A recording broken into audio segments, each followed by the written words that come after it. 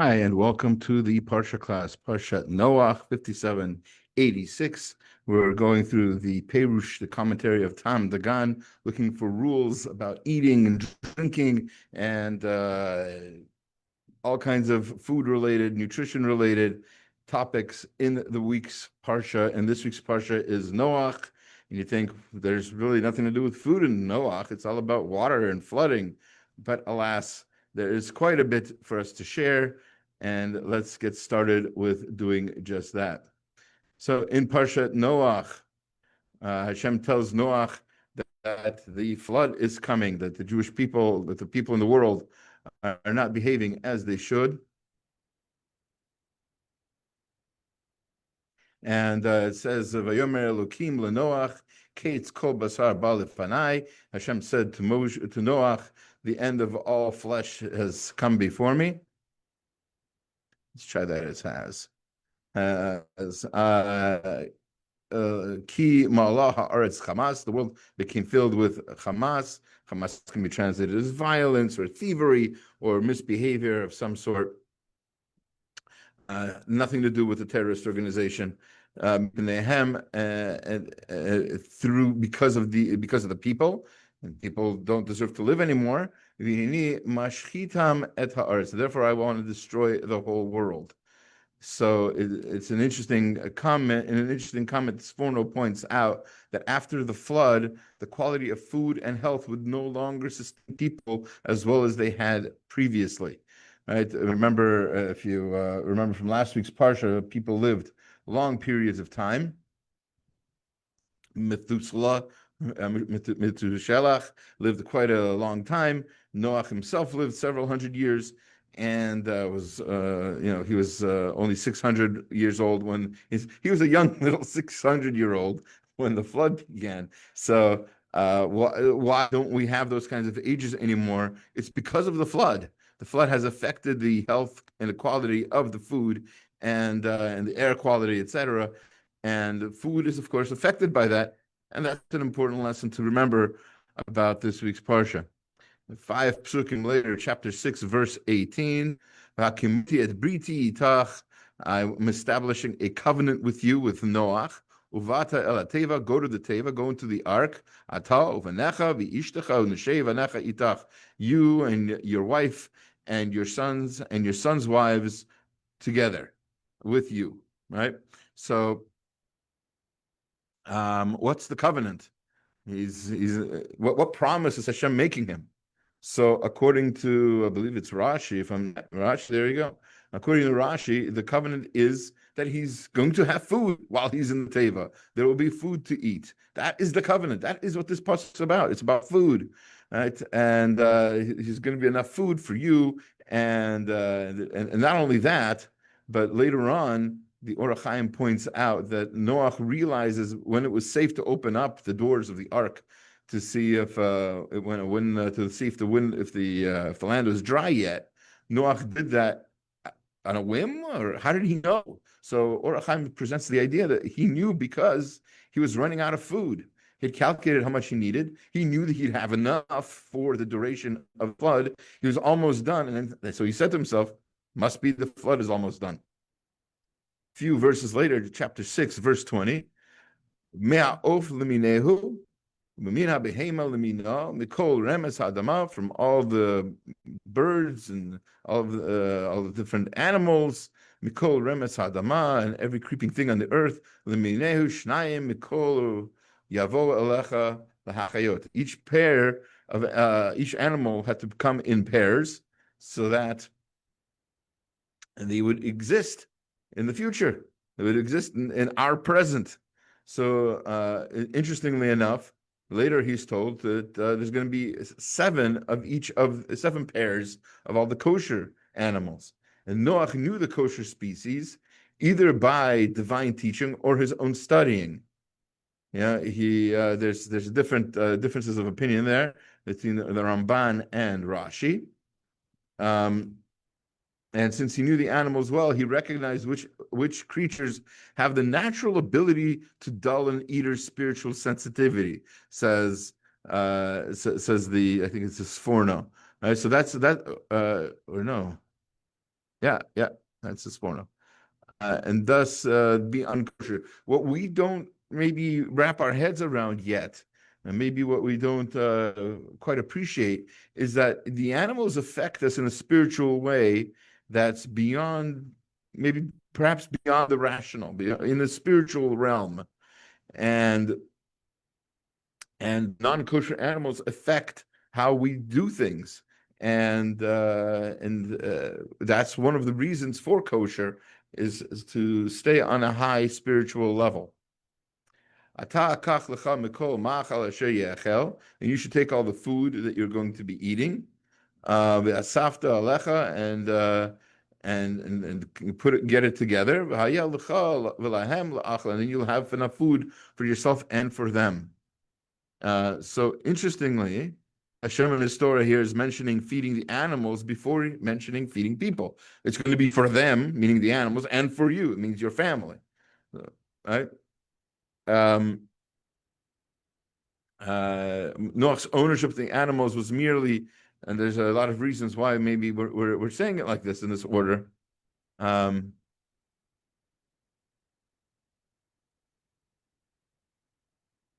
Sorry, no, saying it. We wrote it all wrong. Um, he should have mentioned feeding the animals before mentioning feeding the humans, because that's the actual halacha, is to feed animals before you feed yourself. We'll get to that later on when we meet up with Rivka, and so why here do we have it's a lecha for you? It's after lecha bilahem, for you and for them. So here the people are mentioned first. What's going on? So amongst the different commentaries, one answer has to do with this idea that's mentioned in the Gemara, in the Talmud, in Bava Batra 50b, where it talks about different kind of kinyanim, different kinds of ownership. When you own land or when you own something, is it a kinyan peirot or a kinyan haguf? Right? Do you own the thing itself, that's haguf, or do you own its responsibility, really, or the right to use it? And there are halachic differences if something breaks while it's under your watch, or if it breaks when you actually own the thing, or something like that. There might be different amounts of payment that you would have to be responsible for. So the same thing here. Noach did not own these animals; they weren't his. He was just watching them. He was really a guard for them, a shomer, if anything. So he had kinyan peirot. He had the right to use them, and as he does at the end of the flood. But because Hashem had not yet given people the right to eat animals, as we discussed last week, animals would have to be fed first.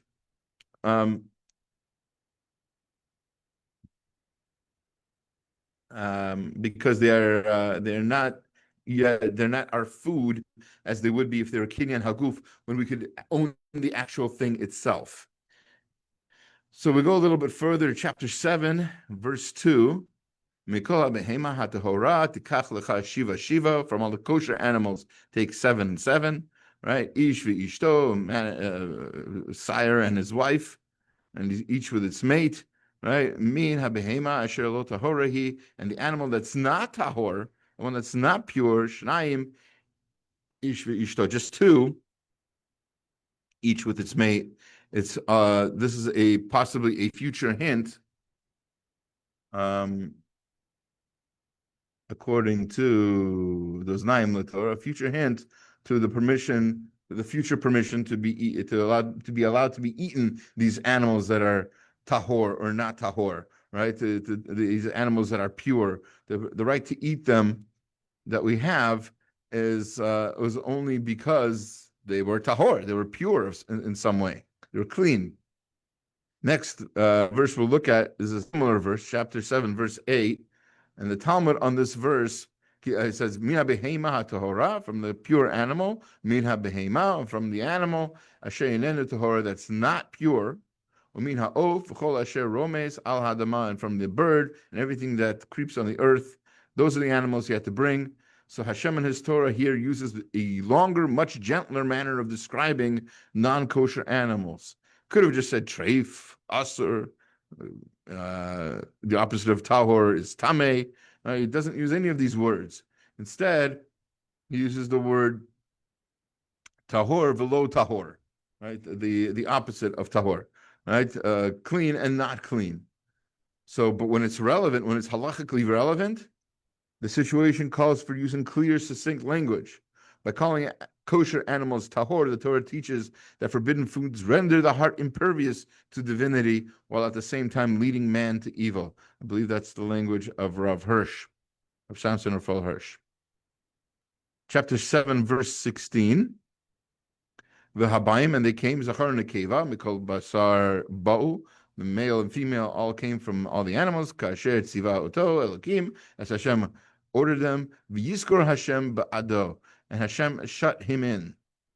The animals came of their own accord, since Noach did not yet have the laws of what animals are kosher to eat. And we discussed this, that Rashi and Ramban have a difference of opinion here. Rashi and Ramban seem to say otherwise. Is it possible, perhaps, so this is my own chidush, take it for what it's worth, is it possible to say that all of these opinions are not mutually exclusive? What do I mean? Noach was told by Hashem and learned on his own. So maybe Rashi and Ramban are right. So he did learn. And when you learn, you might get a special gift from Hashem, a matana of Torah, where you find stuff out. Hashem gives you the gift of knowing things you might not have understood otherwise, but still didn't have full command of the teaching. He's still limited in what he understood. And actually, there are other places, and Orach Chaim points out, where perhaps Noach did not understand the command he was given. Otherwise, all the animals came in pairs, and Noach was compelled to bring in the additional 6 pairs of all the kosher animals to make use of them after the flood.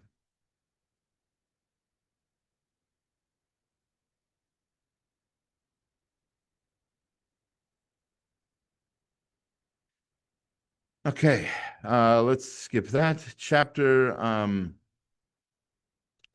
8, verse 7.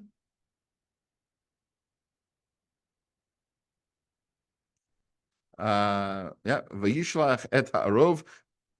Flood seems to have ended. The rain stopped, and the ship landed finally on some sort of dry land. And so Noach sent the raven. Why the raven of all animals? There are different reasons given. Perhaps it would be more likely to return to be with to be with its mate. V'yetze yatzov vashov, and it went out, came back and forth. Ad yivod hamayim me'al haaretz, until the waters were dried up from the earth, and it didn't have anywhere to land. Didn't want to, some birds don't like to walk in the wet, so waited for it to dry, and until it was dry, it was flying back and forth. In the commentary here, it says, much later in history, after giving an unpopular prophecy to the evil king Achav, the prophet Eliyahu had to go into hiding. The ravens, our characters here, the same ravens, gave food to Eliyahu twice daily from Achav's table. We can ask a lot of questions about this. Eliyahu's trusting these birds as mashgichim. How is he able to eat this food? How does he know it's kosher? So a few things. So first of all, being satisfied from eating a little only happens from the food of the righteous. When you eat the food that a righteous person prepared, you don't need to eat very much. You're automatically satisfied with less. But eating food of a rasha is not satisfying because that food doesn't have that kind of blessing. So what does the verse say about Eliyahu? That he was fed twice daily.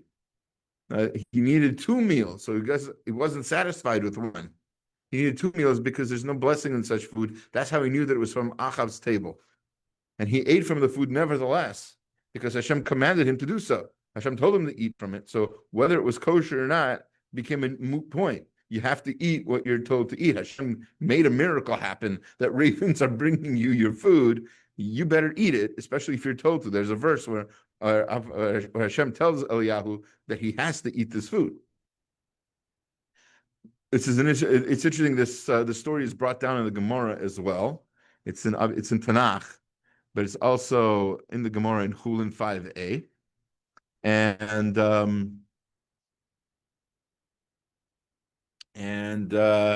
there's discussion there about whether Achav's table was kosher. Achav himself was an evil man, but it might be that he was evil in other regards, but he cared about kosher. That happens. There are people like that. We'll discuss that, probably that kind of topic, later on as our commentary draws forward and further on in the Torah. And eventually, after sending the raven, Noach sends the Yonah. V'tavo alav hayona la'eit erev. So the dove came back when it was evening. Hine ale zayit traf b'fiha, and it had an olive leaf in its mouth. Famous image, the dove flying with an olive leaf in its mouth. All right, there's a lot of people think it's a symbol of it's a symbolic of peace, right? V'yeda Noach, and Noach then realized what? Lo kalu hamayim al har. So there's no more land. The water had dried up from the earth enough that olive trees could produce olives and olive branches. So the commentary there mentions, the Gemara in Eruvin points out that it is better that one's food be as bitter as olives, but come directly from Hashem, than sweet as honey and come from human hands, even though it was gained in a miraculous fashion. So you've got this miracle happening, according to Taam V'dat, right? We've got the the bird bringing in, surviving, and all these miracles left and right, surviving the flood, and the water not ruining the earth completely, even though it was boiling hot and sulfuric and everything else. And nevertheless,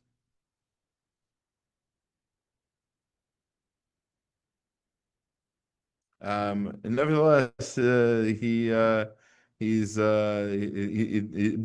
brings back this olive leaf, and to teach this lesson. Why an olive? Because olives are considered bitter. Shach, by the way, holds that olives are so bitter that they're considered a devar harif. A devar harif is a spicy thing that if you cut it with a knife, it takes on the flavor of what that thing is. So if you cooked, I don't know, if you used a knife and sliced cheese with it, and then you sliced these olives, of course not our canned olives, but a fresh olive, and you sliced olives, and then you can now no longer use these olives together with meat. They're considered dairy because the knife has absorbed the taste of the cheese through the bitterness and through the sharpness of the olive. At least that's the opinion of the Shach. How we hold in halacha nowadays is perhaps different, especially with our canned olives. If you use fresh olives and it becomes relevant, see your local Orthodox rabbi. Okay, we're almost at the end of our story here. Chapter 9, verse 3. Kol remes ashehu chai lachem yel achla. Here, finally, this is where humanity is given the right to eat meat. Right? Every living thing that it can be food for you. Kayerek esav, just like the greenery, just like the herbage that you were able to eat since the time of Bereshit that we talked about last week. Kayerek esav natati lachem et kol. I'm giving you everything. And now you can eat anything you want. And as I said, the Gemara in Sanhedrin, and in two places in the Call of the Torah, the Oznaim Torah also points out this is where mankind is given the right to eat meat. However, one can only eat the meat of an animal if one has distinguished himself above the animal kingdom. So as long as you're not acting like an animal, says the Kli Yakar, then you can eat. Then you can eat other animals. Otherwise, you're eating yourself. Of them, the Talmudic sages said, or say, keep it present tense, an uneducated person, Amma Aretz, may not eat meat. This is in the Gemara in Pesachim 49b. Eating the animal gives it spiritual rectification, tikkun, and the Am Haaretz is too close to living on par with the animal to kill it. It is better for him to eat vegetables, says the Taam Vadat. Incidentally, one approach to spiritual growth is to think this animal on my plate was a living creature once, just like me. In the merit of what action was I allowed to eat this animal? That's one of the reasons we're given animals to eat, is because we can have thoughts like that, like why do I have the right to eat this? What special merit do I have? And the answer is, your special merit is that you are above that. You're aiming for spiritual growth, and that being the case, now you're allowed to eat meat. It reminds you see very often. I see there's billboards by the side of the road from PETA and other animal rights organizations, and they ask this question: how do you know what gives you the right to decide what animals to eat, what animals not to eat? They have a picture there, different animals we think are cute and fuzzy, rabbits, dogs, cats, and then there's a line, and then there's pig, horse, I don't know, cow, sheep, chicken, and the question on the billboard is something to the effect of, "Who are you to decide which of these you can eat?" And the answer is, I'm nobody to decide. Hashem decided. That's this pasuk, our verse here in the Torah. That Hashem is giving us the right to eat these animals. And only under, as I said, under these kinds of conditions that we live a life that's above board, above the level of what the animals are. Okay, fine. Chapter 9, verse 4. We're already in chapter 9 here. Yeah, beautiful, beautiful. A few comments in chapter 9, and then yeah. So, ach basar b'nafsho damo lo techelu. Yes, you can eat meat, right? But not the blood. You cannot eat blood, and the commentaries explain Jews are prohibited from eating the blood of a living animal. It's the Gemara in Sanhedrin. There's this whole simon in Shulchan Aruch. Although there is an opinion that a Gentile is forbidden from eating the blood of a living animal as well. This verse is not about blood, but the organ of a living animal. Accordingly, Gentiles are allowed to eat blood. A Gentile also has permission to eat a sheretz, bugs. On the subject of Gentiles eating non-kosher food, the Talmud relates that Gentile bodies become warm from eating non-kosher food. That's in, where is that? That's in Nida 34b. Their bodies are not affected the same way a Jewish body is affected from eating this non-kosher food. Chapter 9, verse 5, next verse. It says, "V'ach et damchem lenafshotechem edrosh." And for sure, the blood of your lives will I require. Miyad kol chayed reshenu. From every animal will I require it. So you can't kill for no reason, not people, not even animals. Miyad ish achiv, and from a hand of a man or his brother, edrosh et nefesh ha'adam. I will require a punishment for anybody who kills a human life, whether it's an animal killing a human or whether it's a human killing a human. Either way, it just so happens that the Ramban uses this verse to say that the Torah permits animals and people to eat other animals. And so we've already had this topic. It's worth pointing out the Ramban in his commentary says that this is the verse where you see clearly you're not allowed to kill under certain circumstances, but to eat you are allowed to kill. Animals are allowed to eat animals. People are allowed to eat animals, etc.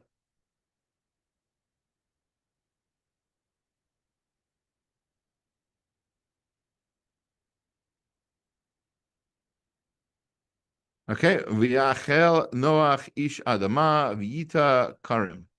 Chapter 9, verse 20. We're pretty much at the end here of Parsha Noach.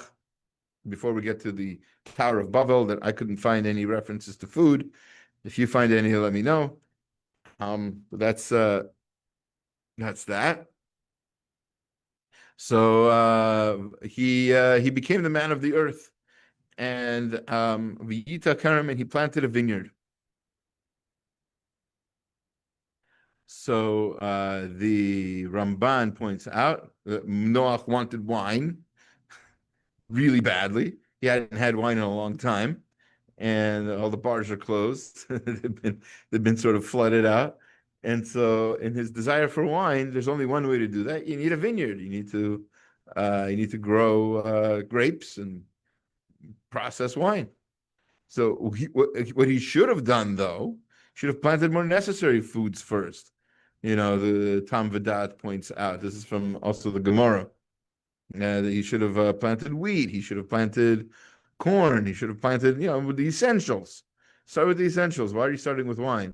Furthermore, planting the vineyard indicates a desire for unnecessary material pleasures, says Rav Aaron Kotler, quoted in Gedolei Yisrael. Like that. Chapter 9, verse 26, last verse for us today. Vayomer, and he said, Baruch Hashem Elokei Shem. This is after his sons covered up the drunken Noach. There's a whole story there. He grew a vineyard, as we said. He made wine. He drank the wine. He became drunk, and he passed out rather unclothed.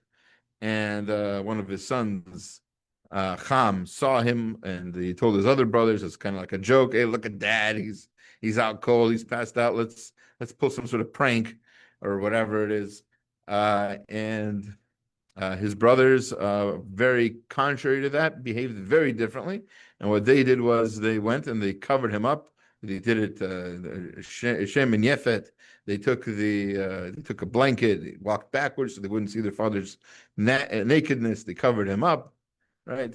So that's so when that happens, Noach blesses Shem, and he curses Canaan, who's the son of Ham. Well, he was involved, according to the Midrash, quite maybe too involved in the whole story. That's not for now. But a reason for Hashem in his Torah to even mention the story of Noach's drunkenness is to show the evils of drink. Even a person so righteous that he was deemed worthy of being saved from the flood debased himself once he became drunk. This is the Ramban. The rabbis in the Tanchuma, in the Midrash Tanchuma, describe the various stages of drunkenness, including a drunk person being as tame as a sheep, confident like a lion, dirty like a pig, or foolish like a monkey.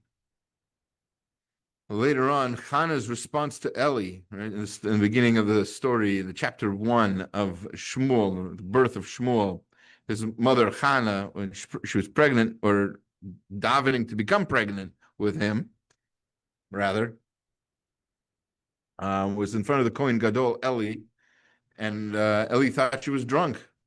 Hannah's response to Eli when the latter thought she was intoxicated indicates that drunkenness is akin to idolatry. She basically says that.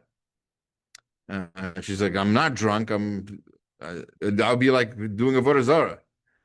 I said, drinking wine has the potential to bring the most suffering upon people, says the Gemara in Brachot 40a. Sounds like wine is pretty bad, right? One reason for the establishment of the Tov Umeitiv blessing, when good wine is placed on the table. You think, Jews love wine. We say a special blessing when it comes to the table. But that blessing was in the memory of the martyrs of the slaughter of Beitar. This huge city of Jews, Beitar, was slaughtered. Their blood ran into the water. It was awful. So in that, because of that, the rabbis added this blessing of when wine comes to the table. What does one thing have to do with the other? So according to Rabbi Akiva Eger, it's very much related, because it's to sober the drinker to avoid drunkenness. You're about to drink another bottle. Like, wait a minute, I have to make a bracha for the people of Beitar. Oy, oy, oy, the people of Beitar. Oy, oy, oy. We want to not be like the kind of people, the drunken, crazy people who do these kinds of terrible acts of violence. We don't want to be anything like them. So we're going to make a bracha. We're going to sanctify this wine. We're going to make it great. We're not going to become drunkards. We're not going to lose our minds. We're going to use our minds for good things. That's the idea of this blessing of Tov Umetiv that was established according to Rabbi Akiva Eger. And when the sages discuss whether or not someone who has drunk wine could even pray or decide cases of halacha, the majority opinion is that it is harmful. There is an opinion that happens to be, just to be completely honest, there's an opinion that says that it might be good. It opens up, it opens up your mind. You're able to think more, more adroitly. I don't know a better word. More creatively. But in the end, it's the majority of opinions is that it is harmful. One of the classic vows that people make in vows in the Darim is to abstain from drinking wine, either because it is harmful or because it is an unnecessary extravagance, which we had both of in the previous psukim, if you recall. So Noach is sort of criticized for either one, either for advancing wine when he could have been planting something better. That's the extravagance of wine, or that he did it in order to become drunk and to lose his mind, to lose his thinking potential. So others indicate that wine is essential. Rashi points out. In fact, if someone made a vow to not drink wine while under the impression that it is not healthy, but subsequently learns that old wine is healthy, it is considered a vow in error. And the person is not even required to make the vow examined, to have the vow examined by a scholar to absolve himself of it. It was a dumb vow to begin with. To say, you don't want to drink, I'm going to make a vow. I'm not making a vow, but if somebody was to say that they're making a vow not to drink wine because it's not healthy, it's ridiculous. Wine is healthy. Even modern science agrees that a glass of red wine a day is supposed to be good for the heart. Not saying a bottle a day. You're not saying get drunk, but to relieve to calm oneself, to relieve stress. A little bit of wine is supposed to be a very healthy thing. So they say. Storehouses of Roman, just to show you how we look. Do we hate wine? Do we love wine? So, by the way, we'll have more on this topic of wine in future classes. But it's an amazing idea that is mentioned in the Gemara that storehouses of Roman wine will be available to the Jewish people after Mashiach comes. So the Gemara in Pesachim 118b. When Mashiach comes, we'll have the non-Jewish wine, storehouses full. We'll never be lacking wine. So the question is, this is a kind of a deeper halakhic question, how is this wine kosher? It's Gentile owned. We have halachot about what wine is kosher, what's not. This is wine without a hechsher, etc. So unless one answer might be, I think Rav Moshe Elephant brings this opinion, is that this wine was produced under legitimate kosher supervision. So it might be Gentile wine, it might be a Gentile company, but it was made kosher. There was a mishkiach present, and everything was washed correctly.